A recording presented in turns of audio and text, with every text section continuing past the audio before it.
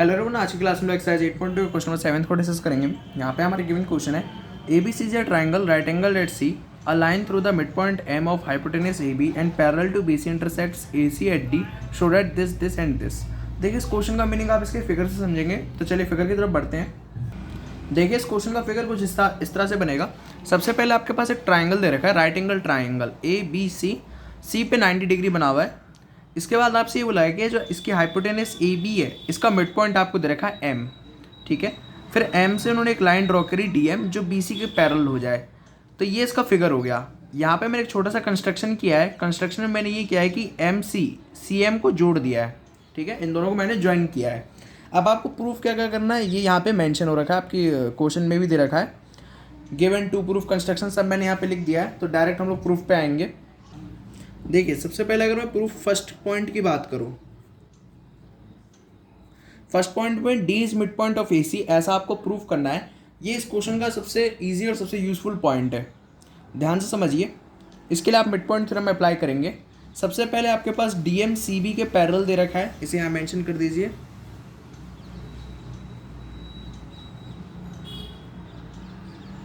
Okay, साथ ही में आपके पास एम मिड पॉइंट भी दे रखा है। किसका मिड पॉइंट दे रखा है? ए बी का।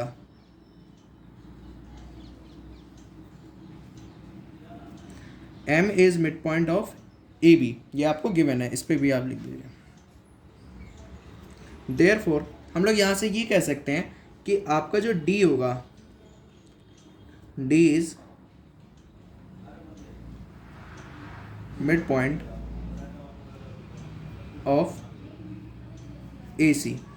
ऐसा मैंने क्यों कहा? क्योंकि अगर आप मिड पॉइंट थ्योरम का कन्वर्स देखें, तो कन्वर्स से हम लोग ये कह सकते हैं कि आपका जो डी होगा वो एसी का मिड पॉइंट होगा। मिड पॉइंट थ्योरम और उसकी कन्वर्स, या आप दोनों को अच्छे से आने चाहिए, क्योंकि ये एक्सरसाइज इसी पर बेस्ड है। तो यहाँ रीजन हम लिख देंगे, converse of mid point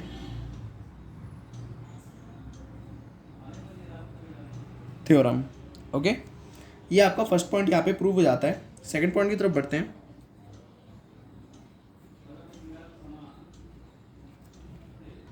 second point में आपको ये प्रूफ करना है कि जो आपका डीएम है वो परपेंडिकुलर है बीसी पर, एसी पर परपेंडिकुलर है। एसी, यहाँ पे एक छोटी सी मिसप्रिंटिंग हो गई मुझसे, यहाँ पे मैंने बीसी लिख दिया, जबकि यहाँ एसी आना था। आपके क्वेश्चन में एसी लिखा होगा, मतलब कि डीएम आपका एसी पे परपेंडिकुलर है। ओके, तो देखते हैं कैसे हम लोग इसको प्रूव करेंगे। सबसे पहले हम लोग देखते हैं डीएम हमारा बीसी के पैरेलल दे रखा है, ये हमारा गिवन है।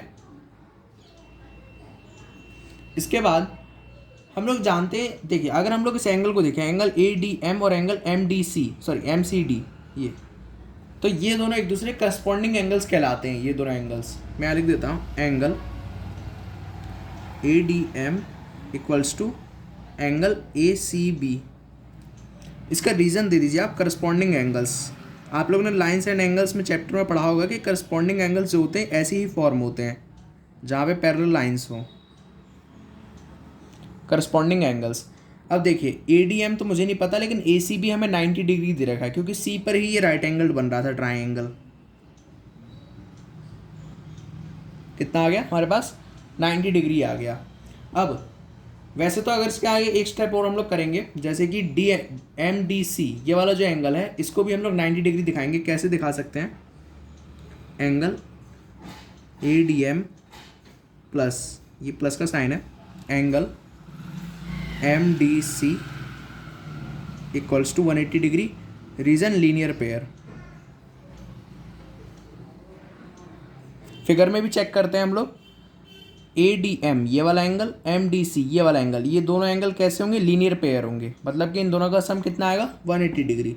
ए डी एम की वैल्यू क्या है? 90 डिग्री, जस्ट ऊपर हम लोगों ने निकाली है। एम डी सी की हमें नहीं पता, 180 डिग्री। तो एंगल एम डी सी कितना आ जाएगा हमारे पास? 90 डिग्री। 180 यहाँ है, देखिए 90 उधर जाएगा, तो 180 में से माइनस हो गया, हमारे पास 90 आ जाएगा। अब एम डी सी अगर 90 डिग्री आ गया, तो यहाँ से हम लोग कह सकते हैं, नीचे स्पेस नहीं है तो मैं यहाँ लिख दे रहा हूँ कि हमारा जो डी एम होगा वो किसके परपेंडिकुलर हो जाएगा? बी सी के। ओके, तो ये सेकंड पार्ट ऐसे हम प्रूव करेंगे। चलिए अब इसके लास्ट पार्ट की तरफ बढ़ते हैं। लास्ट पॉइंट में हमें ये प्रूफ करना है कि जो हमारा C M equals to A M और equals to half of A B, ये हमें प्रूफ करना है लास्ट पॉइंट में। देखते हैं कैसे प्रूफ करेंगे। प्रूफ थर्ड, देखिए थोड़ा सा बिजी। सबसे पहले हम लोग ये दो ट्राइंगल्स को लेते हैं, ट्राइंगल ए डी एम और ट्राइंगल सी डी एम। आप फिगर में देख सकते हैं हमारे पास दो ट्राइंगल है, A D M C D M. In triangle A D M and in triangle C D M, ठीक है। यहाँ पे हम लोग कॉन्ग्रुएंसी अप्लाई करेंगे तो इससे हमारा आसानी से प्रूव हो जाएगा। सबसे पहले A D equals to D C हमें दे रखा है, दे नहीं रखा है, हमने अभी प्रूफ किया है।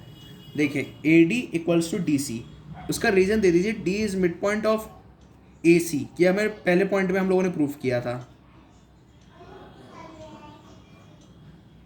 फर्स्ट पॉइंट में हम लोगों ने यही प्रूफ किया था, A D is equals to D C, okay.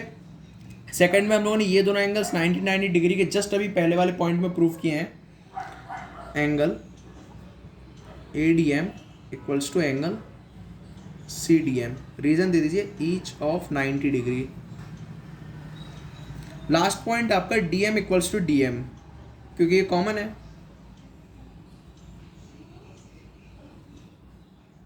देखिए side angle side by S S triangle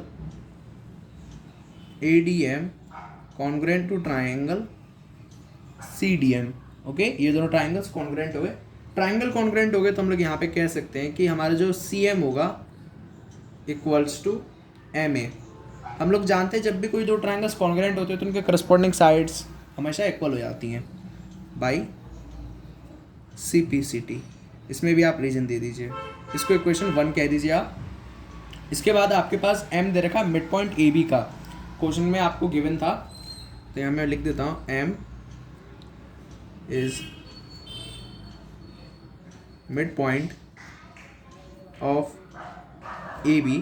तो यहाँ से हम लोग कह सकते हैं कि आपका जो एम ए होगा, ध्यान से समझिएगा, एम ए, या फिर ऐसे कह दीजिए A M equals to M B, ये कह सकते हैं A M equals to M B.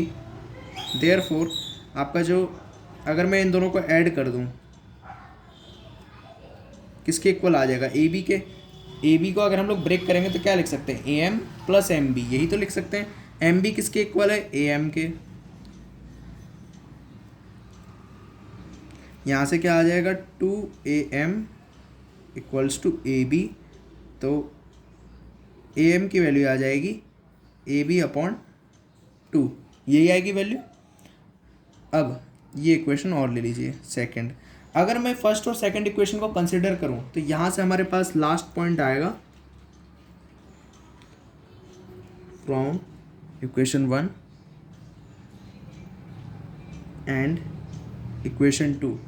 यहाँ से मैं कह सकता हूँ कि C M equals to M A. देखिए एम ए और ए एम बात बराबर ही है, बस साइड थोड़ी पलट दी गई है एक तरह से।